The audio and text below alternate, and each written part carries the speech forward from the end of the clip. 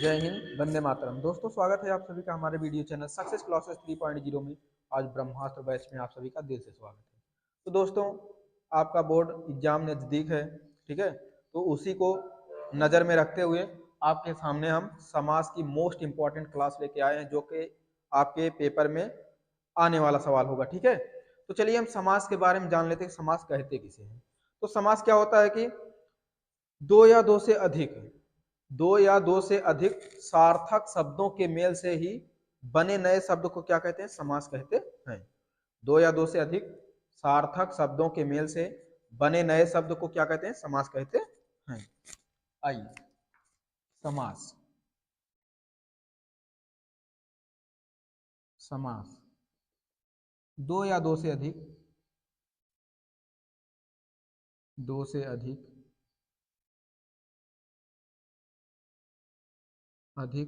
सार्थक शब्दों के मेल से, सार्थक शब्दों के मेल से,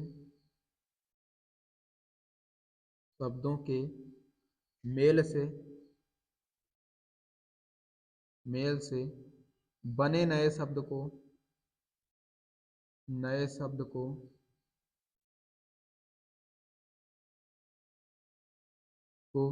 समास कहते हैं। समास कहते हैं, ठीक है। दो या दो से अधिक सार्थक शब्दों के मेल से बने नए शब्दों को क्या कहते हैं? समास कहते हैं। एक चीज ध्यान दीजिएगा, संधि और समास में थोड़ा सा अंतर होता है बस, ठीक है। संधि में क्या होता है कि दो या दो से अधिक वर्णों का मेल होता है, और समास में क्या होता है? दो या दो से अधिक सार्थक शब्दों का मेल होता है। इतना फर्क है बस, ठीक है, ध्यान दीजिएगा। अब जो समास का जो शाब्दिक अर्थ होता है, क्या होता है? समास का जो शाब्दिक अर्थ होता है, शाब्दिक जो अर्थ होता है आपका, ये क्या होता है? संक्षेप होता है। संक्षेप या संक्षिप्तीकरण होता है। संक्षिप्तीकरण, ठीक। समास का जो शाब्दिक अर्थ होता है, क्या होता है? संक्षेप या संक्षिप्तीकरण, ठीक है। कोई भी शब्द लिखना है, आप उसको संक्षेप में लिख दीजिए, वही क्या कहलाता है? समास कहलाता है। और इसका जो विलोम शब्द होता है, क्या होता है? समास का जो विलोम शब्द होता है, विलोम, विलोम शब्द क्या होता है? व्यास होता है, व्यास, ठीक। संक्षेप मतलब क्या होता है? छोटा होता है, और व्यास का अर्थ क्या होता है? बड़ा होता है, ठीक है।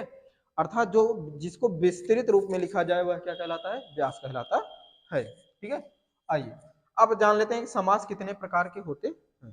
तो समास कुल कितने प्रकार के होते हैं? समास 6 प्रकार के होते हैं। समास मुख्यतः 6 प्रकार के होते हैं। आइए, समास के प्रकार। समास के प्रकार, समास के प्रकार, ठीक है। तो समास के कुल मुख्यतः 6 ही प्रकार होते हैं, ठीक है। समास, समास मुख्यतः, मुख्यतः 6 प्रकार के, सॉरी, मुख्यतः 6 प्रकार के होते हैं,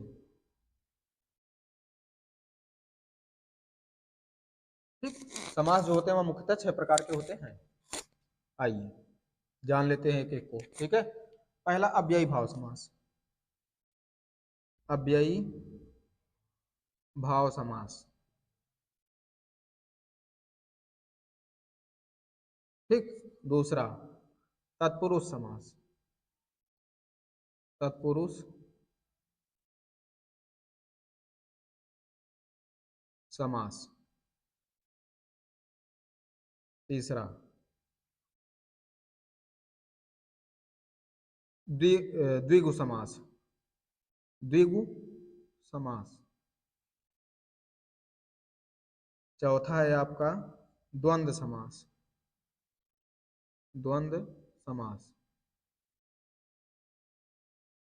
पांचवा है आपका कर्मधारय समास।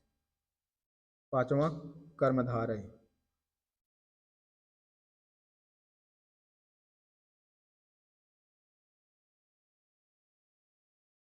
ठीक, और छठवां कौन सा है? बहुब्रीहि समास। बहुब्रीहि समास। ठीक, तो ये रहा आपके सामने पूरा 6 प्रकार का जो समास होता है, ये आपके सामने रखा हुआ है। ठीक है, आप चाहे तो इसको स्क्रीनशॉट कर सकते हैं। ठीक है, तो चलिए देखते हैं। सबसे पहले हम जानेंगे कि अव्ययी भाव समास क्या होता है। ठीक है, बड़े ही अच्छे तरीके से आप इसको जानेंगे कि अव्ययी भाव समास क्या होता है। तो अव्ययी भाव समास क्या होता है? जिस समास का पूर्व पद या पहला पद अव्यय हो, उसे क्या कहते हैं?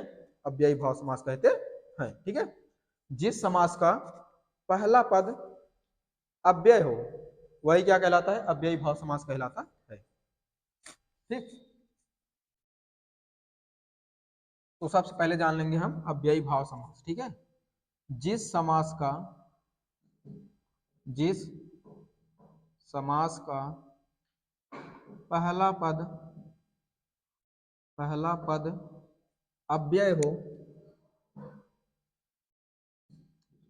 अव्यय हो या प्रधान होता है। ठीक है, एक ही बात है। जिस समास का पहला पद प्रधान होता है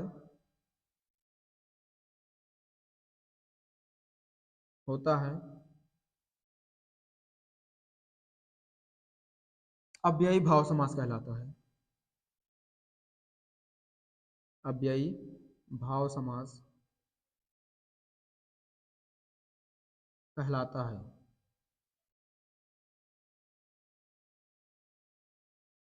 ठीक, जिस समास का पहला पद प्रधान होता है वही क्या कहलाता है? अव्ययी भाव समास कहलाता है। फॉर एग्जाम्पल क्या हो जाएगा? जैसे जैसे क्या हो जाएगा? प्रतिदिन, प्रतिदिन, प्रतिदिन, प्रत्येक, प्रत्येक। ठीक, एकाएक, एकाएक। तो ये सब क्या हो जाएंगे? इत्यादि। ठीक है, ये सब क्या हो जाएंगे? अव्ययी भाव समास हो जाते हैं। इसका एक ट्रिक भी है। ठीक है, जबरदस्त ट्रिक। देखिए, किसी भी अगर किसी भी शब्द के आगे कोई अगर उपसर्ग लगा हुआ है तो वह क्या शब्द कहलाता है?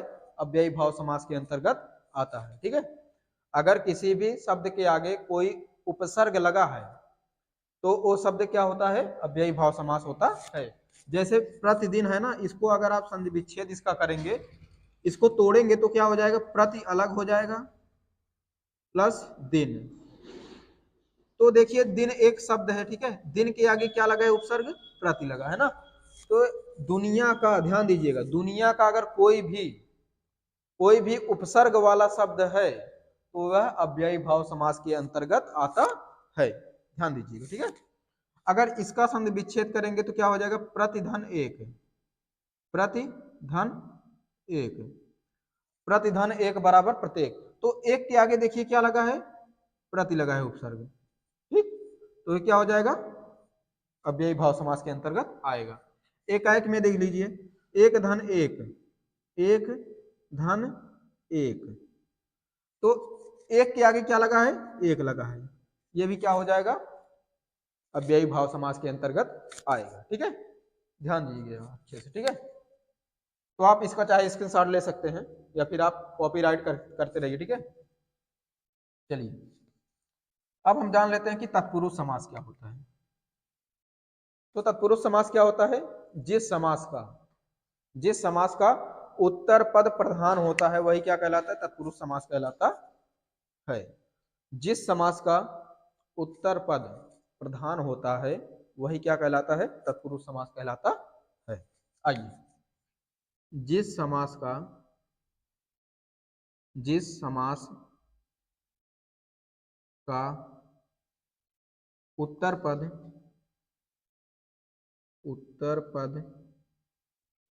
प्रधान होता है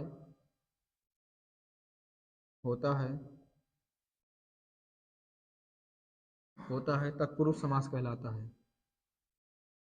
तत्पुरुष समास कहलाता है।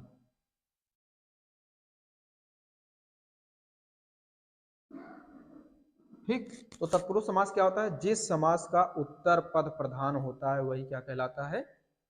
तत्पुरुष समास कहलाता है। ठीक, एग्जाम्पल जैसे, जैसे में आपका हो जाएगा वह वह घर से, सॉरी, घर से बाहर गया या बाजार गया, बाजार गया। ठीक, वह घर से बाजार गया। इसमें देखिए विभक्ति का प्रयोग होता है। ठीक है, से विभक्ति का प्रयोग हुआ है ना, से विभक्ति का। तो ये साधन के लिए, सॉरी यहाँ पर साधन के लिए नहीं, अलगाव के लिए ये से विभक्ति का प्रयोग किया गया है। ठीक है, ये भी जो तत्पुरुष समास होता है ये भी 6 प्रकार का होता है। ठीक है, चिड़ी मार, जैसे क्या हो सकता है? चिड़ी मार, सॉरी, चिड़ी मार, चिड़ी मार। अब अगर इसका संधि विच्छेद करेंगे तो क्या हो जाएगा? चिड़िए को मारने वाला। ठीक है, चिड़िए को मारने वाला क्या होता है? चिड़ी मार। इसका संधि विच्छेद करेंगे तो क्या हो जाएगा? चिड़िए को, चिड़िए को मारने वाला, मारने वाला। ठीक, चिड़िए के को मारने वाला क्या कहलाता है? चिड़ी मार कहलाता है। अब देखिए इसमें को विभक्ति का प्रयोग किया गया है। ठीक है, तो जो तत्पुरुष समास होता है यह 6 प्रकार का होता है। ठीक है, वहां पर जिस तरीके से रहेगा उस तरीके से वहां पर लगाएंगे। ठीक है, आइए अब अगला हम जान लेते हैं। ठीक है, अगला हम जान लेंगे द्विगु समास। ठीक, तो द्विगु समास क्या होता है? जिस समास का या जिस समास में संख्यावाची पद प्रधान होता है, जिस समास में संख्यावाची पद प्रधान होता है वही क्या कहलाता है? द्विगु समास कहलाता है। ध्यान दीजिएगा, इसको आप पकड़ने के लिए पकड़ सकते हैं। द्विगु, द्विगु मतलब दो ही समझो। ठीक, तो दो क्या है? एक संख्या है। द्विगु मतलब दो समझो। ठीक है, दो क्या है? एक संख्या है।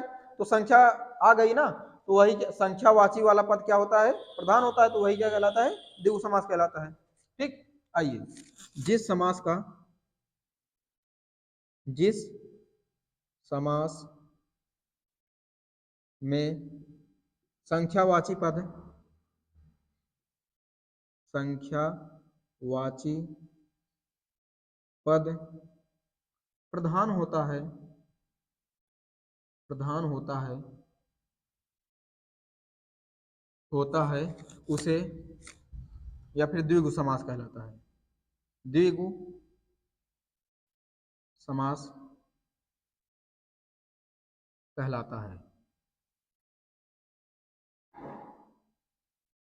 कहलाता है। ठीक है, जिस समास में संख्यावाची पद वाला, सॉरी, संख्यावाची पद क्या होता है? प्रधान होता है, वही क्या कहलाता है? द्विगु समास कहलाता है। जैसे, जैसे में क्या हो जाएगा? जैसे आपका हो गया चौराहा, चौराहा, तिराहा, त्रिभुज। ठीक है, ये सब क्या हो जाएंगे? द्विगु से समास के अंतर्गत आएंगे। ठीक है, जैसे चौराहा, चौराहा। ठीक है, चौराहा, तिराहा, तिराहा। ठीक है, दुराहा, दुराहा, या त्रिभुज, त्रिभुज, त्रिकोण, त्रिकोण। ठीक, तो ये सब क्या हो जाएंगे आपके? ये द्विगु समास के अंतर्गत आता है। अभी इसका संधि विच्छेद करेंगे तो क्या हो जाएगा? चार राहों का समूह या चार राहों का समाहार। ठीक है, चार, सॉरी, चार, चार राहों, राहों का समूह या समाहार। ठीक, चार राहों का समाहार अर्थात कौन? चौराहा। ठीक, तिराहा, तीन राहों का समूह, तीन राहों का समूह। अब इसको जानेंगे कैसे कि इसमें संख्या आ रही है। तो देखिए यहाँ पर चार आ रही है, यहाँ पर तीन आ रही है। इसी तरीके से दुराहा, अगर दो को निकाल लेंगे तो दो भी एक संख्या है। त्रिभुज है, तीन को निकाल लेंगे तो क्या हो जाएगा? एक संख्या है ये भी। और त्रिकोण क्या है? त्रिकोण में भी तीन आ रहा है ना, तीन है कोण, अर्थात तीन कोण वाला। ठीक है, त्रिकोण, तो तीन क्या है? एक संख्या है। तो ये सब अगर कोई भी दुनिया का कोई भी समास या कोई भी शब्द में अगर संख्या आ रही है तो वह क्या होता है? आपका द्विगु समास के अंतर्गत आएगा। ठीक है, लेकिन एक चीज ध्यान दीजिएगा कि हर संख्यावाची पद वाला हर संख्यावाची वाला शब्द आपका द्विगु समास नहीं हो सकता है। कैसे? जैसे देखिए, जैसे जैसे हो जाएगा आपका त्रिनेत्र, त्रिनेत्र, त्रिनेत्र, ये आपका इसमें भी तो संख्या आ रही है। क्यों? तीन है नेत्र जिसके, तीन है नेत्र जिसके, इसमें भी तो तीन आ रही है संख्या, लेकिन ये किसी तीसरे की ओर संकेत कर देगा। ध्यान दीजिएगा इतना। ठीक है, ये किसी तीसरे की ओर संकेत कर देगा तो ये क्या कहलाएगा? आपका बहुब्रीहि समास कहलाएगा। ठीक है, तो आपका ये चीज ध्यान देना कि किसी तीसरे की ओर संकेत ना करने पाए। ठीक, वो चीज आप देख करके इसमें लिखिएगा द्विगु में। आइए अगला देखते हैं। अगला आपका क्या है? द्वंद्व समास। द्वंद्व समास, सॉरी, ये द्वंद्व है ना। द्वंद्व समास क्या होता है? जिस समास में, ऐसे समझिए, द्वंद्व, द्वा मतलब दोनों। ठीक है, जिस समास में दोनों पद प्रधान होते हैं वही क्या कहलाता है? आपका द्वंद्व समास कहलाता है। जिस समास में, जिस समास में दोनों पद, दोनों पद प्रधान होते हैं, प्रधान होते हैं, होते हैं, द्वंद्व समास कहलाता है। द्वंद्व समास कहलाता है। ठीक, जिस समास में दोनों पद प्रधान होते हैं वह क्या कहलाता है? द्वंद्व समास। कैसे? आइए, जैसे, जैसे आपका क्या हो जाएगा? माता पिता, माता पिता, माता पिता, भाई बहन, भाई बहन, बहन। ठीक है, दादा दादी, दादा दादी, नाना नानी, नानी। ठीक, दादा दादी, नाना नानी, चाचा चाची। ठीक है, भैया भौजी, कुछ भी बोल सकते हो। ठीक है, तो आप, लेकिन एक चीज ध्यान देना कि ये दोनों शब्द एक दूसरे के विपरीत होना चाहिए। अब जैसे, और एक चीज ध्यान देना कि इसमें हर एक शब्द में योजक चिन्ह आएगा। हर एक शब्दों के बीच में, दो शब्दों के बीच में क्या आएगा? योजक चिन्ह आएगा। यहाँ पर भी देखिए आया है, यहाँ पर भी आया है।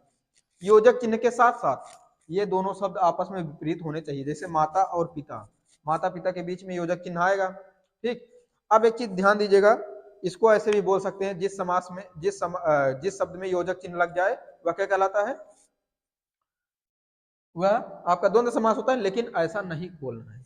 आप देखिए कैसे, जैसे धीरे धीरे अगर लिख दिए हैं, धीरे धीरे, धीरे धीरे, इसमें भी तो योजक चिन्ह आया है, तो क्या ये भी हम द्वंद्व समास मार देंगे? नहीं मारेंगे, ये गलती मत करना। ठीक है, ये दोनों शब्द मैं क्या बताया कि विपरीत होना चाहिए एक दूसरे के। ये दोनों विपरीत है? नहीं विपरीत है। ठीक, योजक चिन्ह के साथ साथ ये दोनों एक दूसरे के विपरीत भी होने चाहिए, तभी वह द्वंद्व समास के अंतर्गत आएगा। ठीक, चलिए अगला देख लेते हैं हम। अगला हम देख लेते हैं। अगला आपका क्या है? कर्मधारय समास, कर्मधारय समास। तो जिस समास में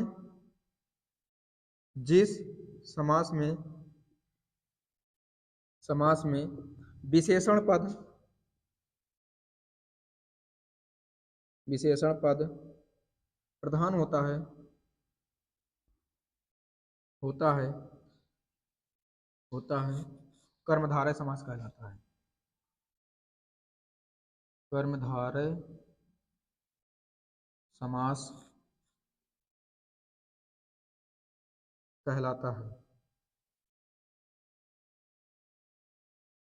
कहलाता है। जिस समास में विशेषण पद क्या होता है, प्रधान होता है, वही क्या कहलाता है, कर्मधारय समास कहलाता है। अब विशेषण क्या होगा, जैसे आपकी कोट कैसी है, काली है, आपकी कोट नीली है, या फिर नील गाय, ठीक, जिसमें किसी चीज की विशेषता बताई जाए वही क्या कहलाता है, आपका कर्मधारय समास कहलाता है। ठीक है, जैसे आपका कुत्ता काला है, आपका कुत्ता सफेद है, आपकी गाय नीली है, ठीक है, आपकी गाय सफेद है, या फिर आपका शर्ट सफेद है। तो ये सब क्या हो जाएगी, ये विशेषता तो बताई जा रही है आपकी, क्यों, ये आपकी विशेषता ही बताई जा रही है ना। तो यही क्या कहलाएगा, आपका कर्मधारय समास कहलाएगा। जैसे जैसे नील गाय, नील गाय, नील गाय, नील कमल, नील कमल, कमल, ठीक। देखिए नील गाय, गाय कैसी है, इसका नीली है जो गाय, अर्थात नील गाय, अर्थात यहां पर देखिए एक चीज, नील गाय, नील क्या है, इसकी गाय कैसी है, नीली है, नीली क्या है, एक विशेषता है, ठीक है, विशेषण है। यही क्या कहलाएगा, आपका कर्मधारय समास कहलाता है। अब जान लेंगे कि बहुब्रीहि समास क्या होता है, ठीक, अब जान लेंगे हम बहुब्रीहि समास क्या होता है। तो जिस समास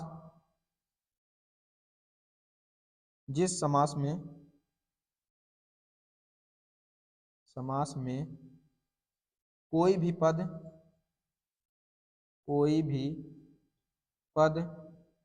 प्रधान नहीं होता है, प्रधान नहीं होता है, नहीं होता है, वही क्या कहलाता है, आपका वही आपका ये बहुब्रीहि समास कहलाता है।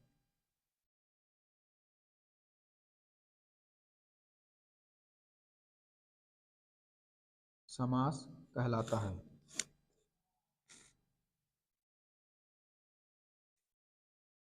ठीक।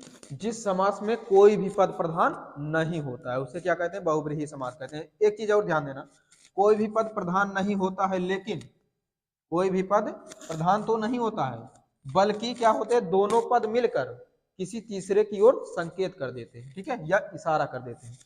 बल्कि बल्कि दोनों मिलकर दोनों मिलकर मिलकर किसी तीसरे की ओर किसी तीसरे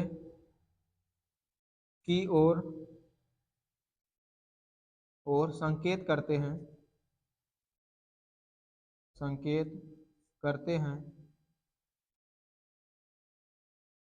हैं, वही क्या कहलाता है, बहुब्रीहि समास कहलाता है। बहुब्रीहि समास समास कहलाता है, ठीक। वही क्या कहलाता है, बहुब्रीहि समास कहलाता है। जिस समास में कोई भी पद प्रधान नहीं होता है उसे, बल्कि दोनों पद मिलकर किसी तीसरे पद की ओर संकेत कर देते हैं, वही क्या कहलाता है, आपका बहुब्रीहि समास कहलाता है। जैसे जैसे में आपका क्या हो जाएगा, त्रिनेत्र, अभी बताए थे ना, सॉरी, त्रिनेत्र,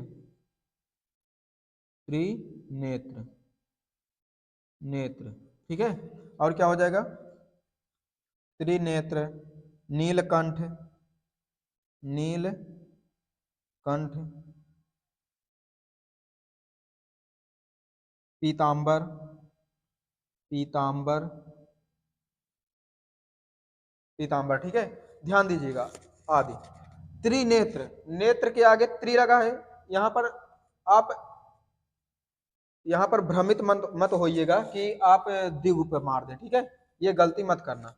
त्रिनेत्र, इसका अगर संधि विच्छेद करेंगे तो क्या हो जाएगा, तीन है नेत्र जिसके, अर्थात शंकर जी, ठीक है। तीन है नेत्र जिसके, अर्थात कौन, शंकर जी। तो यहाँ पर तीन तो आया, लेकिन तीन है, एक शब्द क्या है, नेत्र है, और दोनों मिलकर किसी तीसरे की ओर क्या संकेत कर रहे हैं ना, इशारा कर रहे हैं, अर्थात कौन, शंकर जी, ठीक। तो ये आपका क्या हो जाएगा, बहुब्रीहि समास हो जाएगा। नीलकंठ, नीला है कंठ जिसका, अर्थात कौन, शिव जी। लंबोदर, लंबा है उदर, अर्थात लंबा है पेट जिसका, अर्थात कौन, गणेश जी। तो ये क्या हो जाएगा आपका, बहुब्रीहि समास के अंतर्गत आएगा।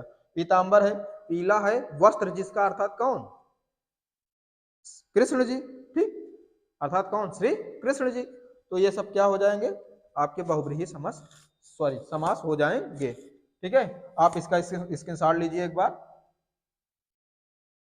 तो दोस्तों, हमें उम्मीद है कि आपको ये वीडियो बहुत ही जबरदस्त तरीके से समझ में आई होगी, और आप अगर इसको पढ़ के चले जाते हैं तो यकीन मानिए मेरे दोस्त कि आपको पेपर में कोई भी अगर इस तरीके से प्रश्न आता है, ठीक है, समास अगर आ गया तो आप छोड़ेंगे नहीं, ये मेरा उम्मीद है, ठीक है।